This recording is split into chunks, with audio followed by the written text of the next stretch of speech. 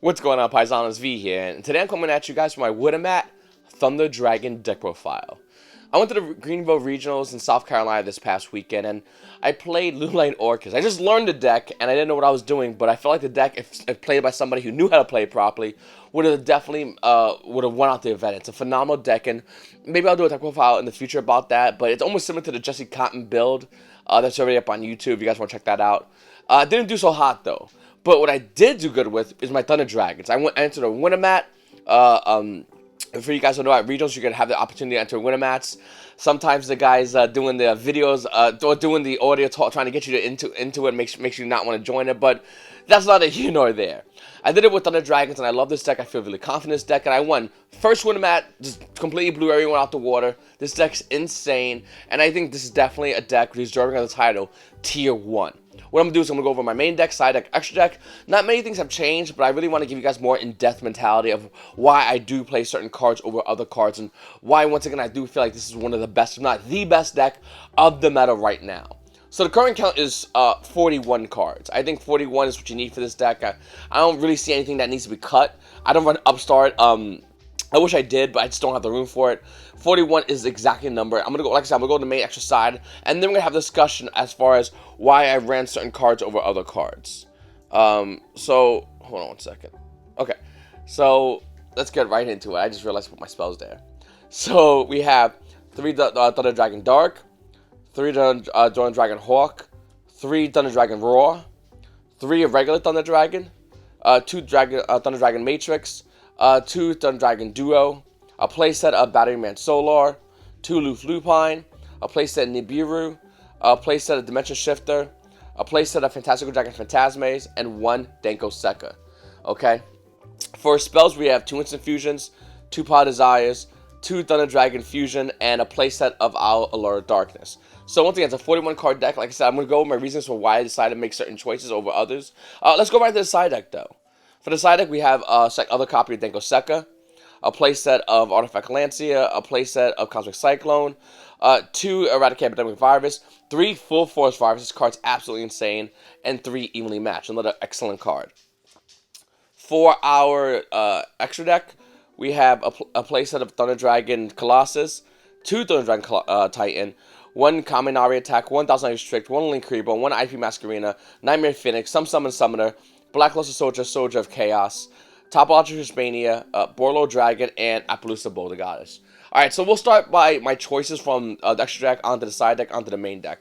So obviously Appaloosa is a huge card in this deck. If you can do it, especially in game 2, and if you are in game 3 as well, you want to go into Appaloosa before you go to any Thunder Dragon combo. Most players now, for the most part, know that you're going to go to Appaloosa, and they might preemptively blow up your board, which is still not too bad because you just want to get Appaloosa active as fast as possible. There are times when you can easily go into Appaloosa Boulder Goddess and end with like a Appaloosa Titan Colossus. That's another thing that you can do. I also decided to run Borlo Dragon for the mirror match. This deck, you can run Boros Sword Dragon, but I feel like this deck is so good at killing people, you just don't need Boros Sword Dragon. I do think you need Borlo Dragon, once again, for the mirror match. It's essential. And Topological Hispania. So I'll set this card out. This past week I was playing a lot of casual games, like I said, the Winamat, obviously, but Trisbania is not that bad of a card. I still need to test it out more. The problem with the Trisbania is I feel like if I bring it out and it gets a deck that runs a lot of back row, I'm already in a bad losing position. So I don't know about this card 100%. Thunder Dragons, the main problem with Thunder Dragons in general is we have I don't want to say we lose to, because we have a very bad game 1 against a lot of control decks, and this is what I just put on board just to try to alleviate that kind of problem. But once again, it's not a bad card. I'm not too crazy about it. I might go back to Nightmare Unicorn, but as of now, that's where it is. And I still, once again, I'm going to test it out more. We have Black Luster Soldier, Soldier of Chaos. This card's absolutely insane. You still need this card, and still puts a lot of work in against Salaman Greats and the Striker Remnants. 1 Summon a Summoner. I wish I could play 2. If I had extra room, if I had a 16 slot, it would definitely be to play a second Summon a Summoner. It rarely comes up, but this card is always the go-to link to you make. We also have Nightmare Phoenix, IP Masquerena. The greatest thing about IP Masquerena, I think, for this deck, and if you play Thunder Dragons, you already know, that when you make this with, like, let's say, like, Titan Colossus, or even just Colossus, with an IP Masquerena, your opponent's immediately thinking, what do you have as far as Link 3?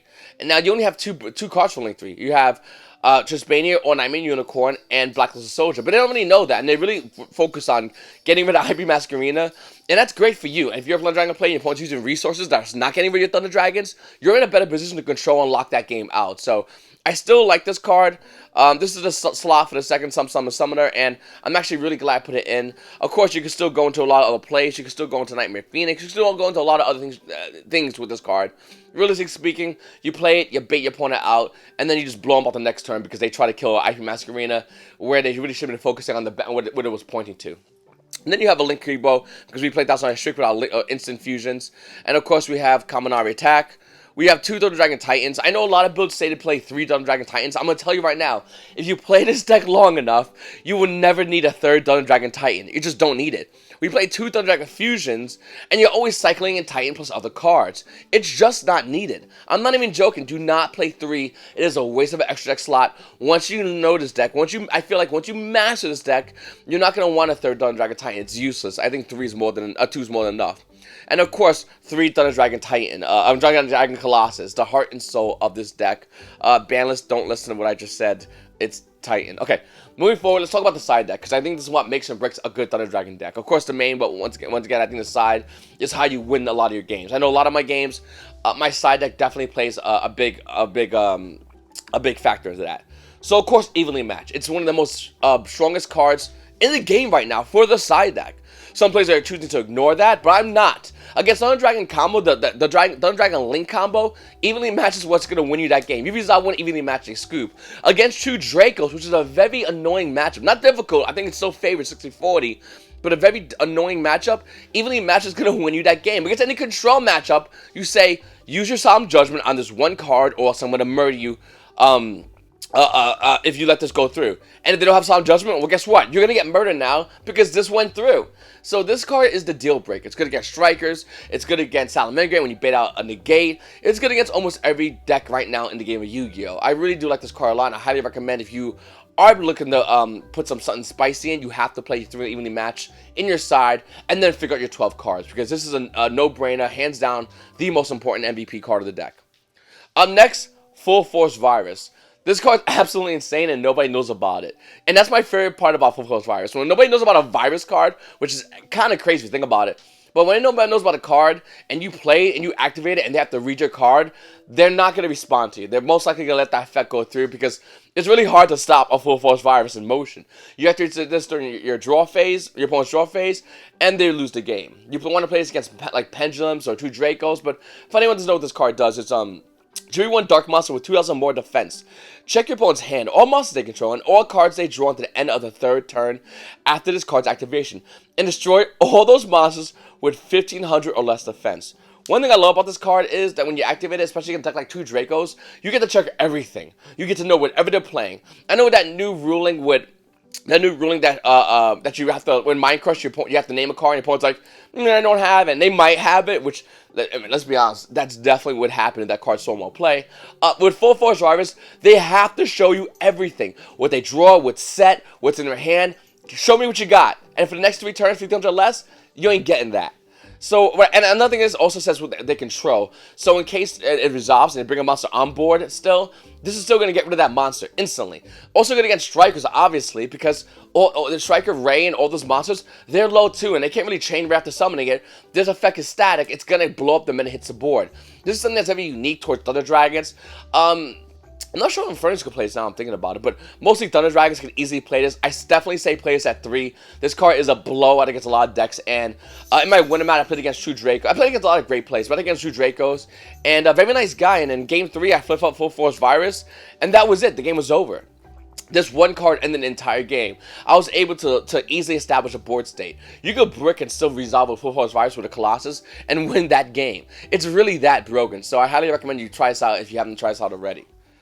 Then we have 2 Eradicate Epidemic Viruses. Now, I kind of want to play 3. I don't have the room to play a 3rd one, but this is another important card. I feel like it's not as important as Full Force, because the reason this card used to be important before was because it was good against, like, let's say, like Mystic Mime and Strikers. Well, those decks aren't prevalent as the other decks mentioned above. So I do think Eradicate is still a very important card. And I do think it's a very needed card, but once again, in comparison to other decks out there right now, I still think it's very situational. So please keep that in consideration when you're playing this deck. I mean, how many Ultra Guys players are your locals, or Guru Control players are your locals? Because then you name traps. How many Striker players? You name spells. But for the most part, I feel like this deck can play through a lot of back row if done correctly. And Eradicate is very good, but you ideally want to play going in game 2 and 3 when you're going first. Going second, I don't really recommend siding an Eradicate unless you have to. Because I would rather side and evenly match if and go in second. Then we have Cosmic Cyclone. Now, these used to be Twin Twisters and a while ago, and the reason why I like Cyclone is because not only does it bait either a negate, but it's one of those like use them if you have them kind of cards. It's very one single card oriented, and it gets rid of a lot of problem cards 100%. A lot of problem cards go away easily. If you go in first, and let's say you're playing against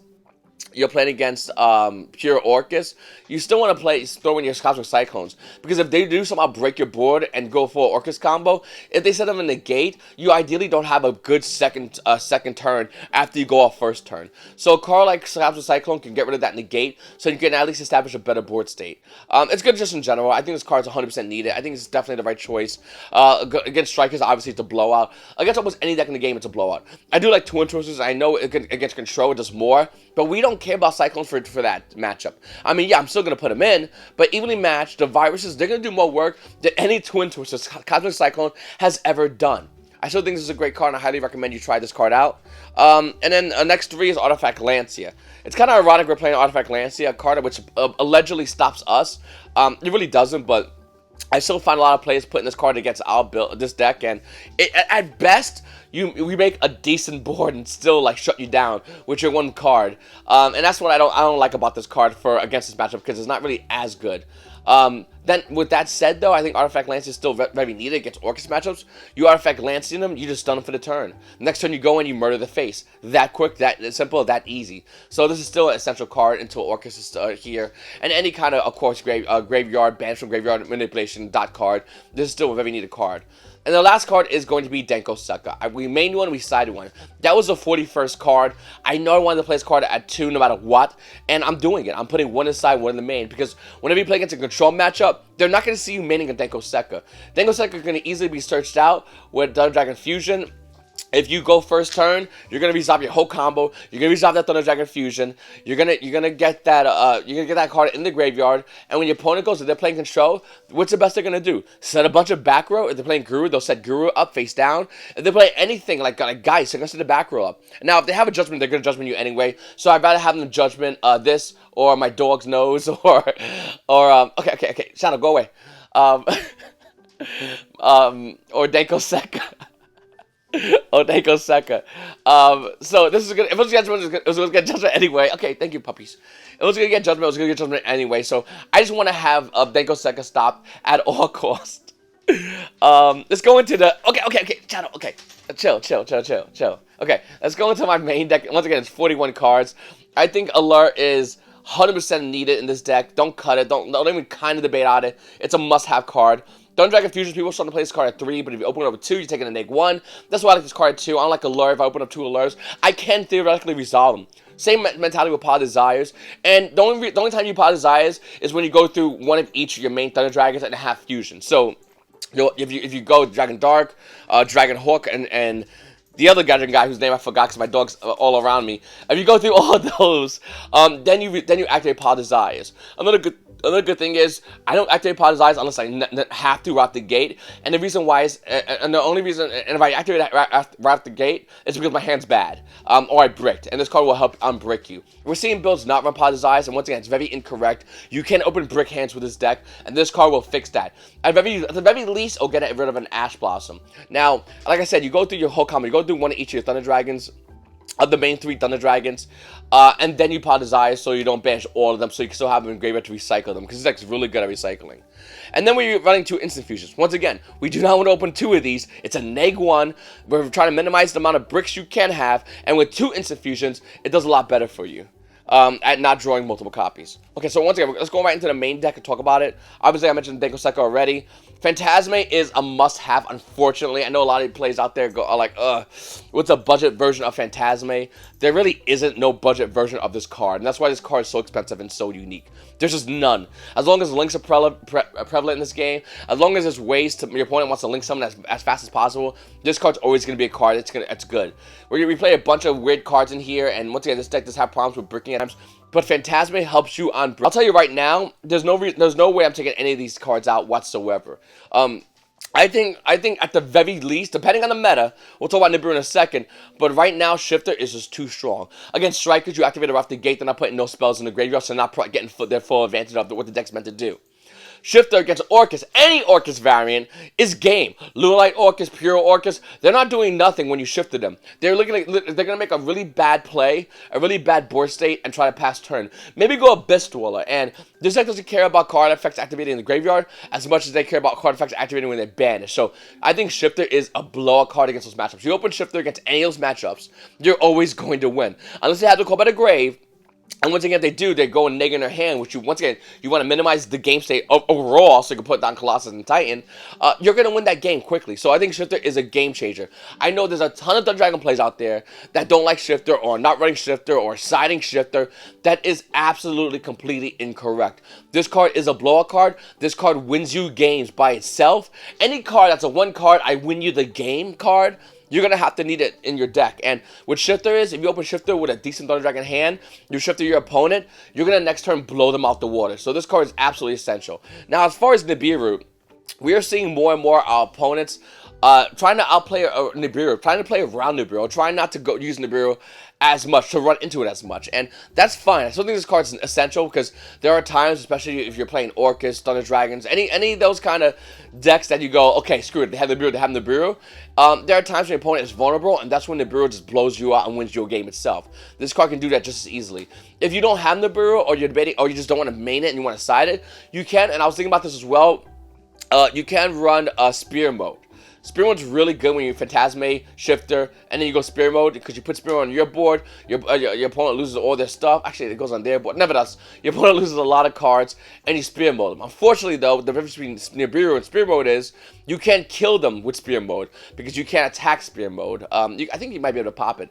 But in the Nibiru token, it's 3k body. You can definitely pop the token easily, and you can do it on the 5 summons on your turn. So you can Nibiru your opponent, go Colossus, go Titan, and just murder their face in. So once again, I think this is a huge card for the matchups, and playing it in your main deck is something that's not catching a lot of players off guard. A lot of players are going to be running into Nibiru game 1. So you open this card game 1 against a lot of players, especially any kind of combo or any kind of deck that wants to overextend. This punishes them heavily. The reason I run 2 Lupine and 3 Solar is very simple. Because of because of Artifact Lancia. If my opponent Lancias me, obviously they're going to try to shotgun Lancia you. A couple of things are going to happen. 1, your Allure Darknesses are now free. All you got to do is reveal the Dark Monster, which is huge. 2, Solar is infinitely better than Lupine. So I think Lupine's great when you open it and you go first, and your opponent does not have this in their deck.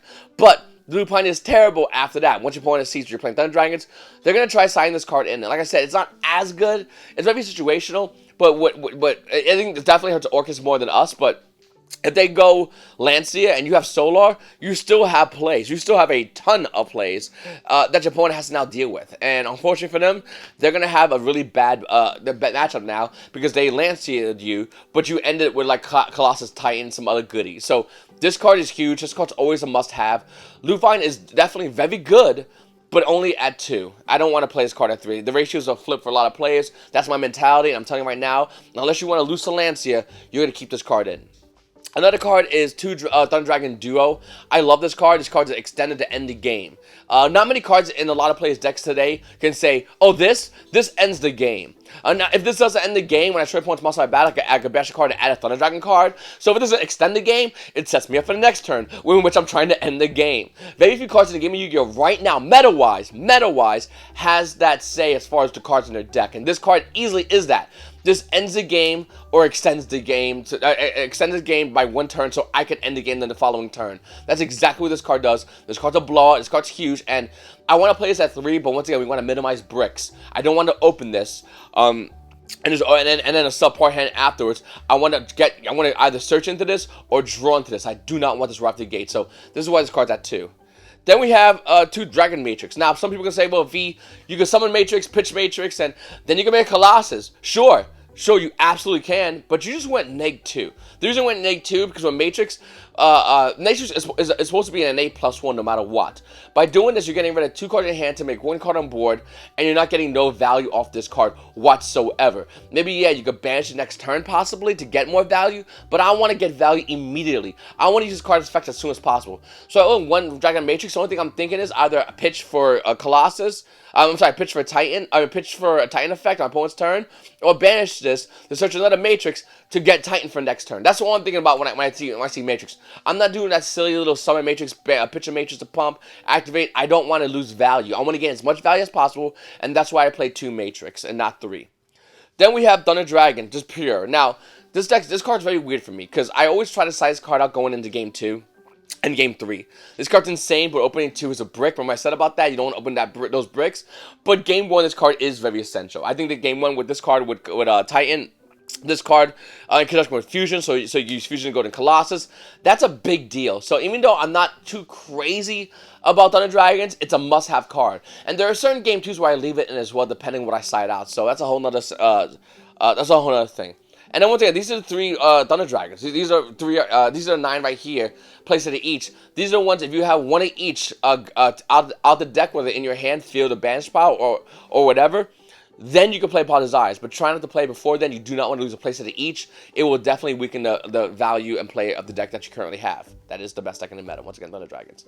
So, I really appreciate you guys watching my video. Thank you so much. Like I said, Thunder Dragons, it's easily one of my favorite decks in the meta. I wanted to challenge myself going to Green for South Carolina, so I played Orcus. But I think if I played Thunder Dragons, I would have easily have gotten my invite. None of the players were bad in South Carolina. There were a lot of phenomenal players. But this deck is absolutely blowout. Nobody really prepares for this deck because everyone's looking at Orcus. Everyone's looking at everything else. Or everyone's looking at a build that's not this build. This is a little bit of an older build of Thunder Dragons. But once again, I think it's a phenomenal deck. It won me around, win a match easily. And not that the players, once again, the players weren't bad. The deck just outplayed them. The deck just had so much spicy tech. And it caught a lot of players off guard. And if you're looking to play Thunder Dragons, definitely check this build out. The only thing I would add or would modify if I had the opportunity to would be infinite permanents. I'm not a big fan of Ash Blossom. I know it's really good, but I think in permanents this meta is better. Unfortunately, I don't know where to put it. I don't know if I want to put it in my side or my extra on my main deck, on the side of my main deck.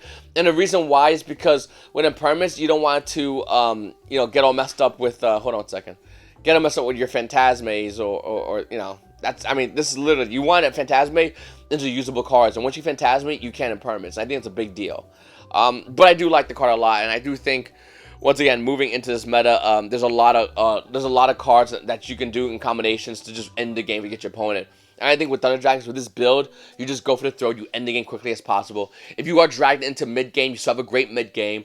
Even in late game, this deck's always naturally good in late game, as you use cards like, and I've done this, Dragon Roar to add Thunder Dragon Fusion to your hand, and then you proc Thunder Dragon Fusion effect, which has been, it sets your deck back up so you don't deck out. That's, once again, something that's absolutely amazing. I really do like this deck a lot, guys, and like I said, it's a relatively cheap deck if you don't want to add certain cards, and I get that, and you can play a cheaper build to it, and that's totally fine, but this is the creme de la creme build. This is, in my opinion, the best version of pure Thunder Dragons we have right now in the game, up until the ban list, in which it gets killed. So use them while you got them, boys. It's your boy Veeb, and you paisanos have a great day.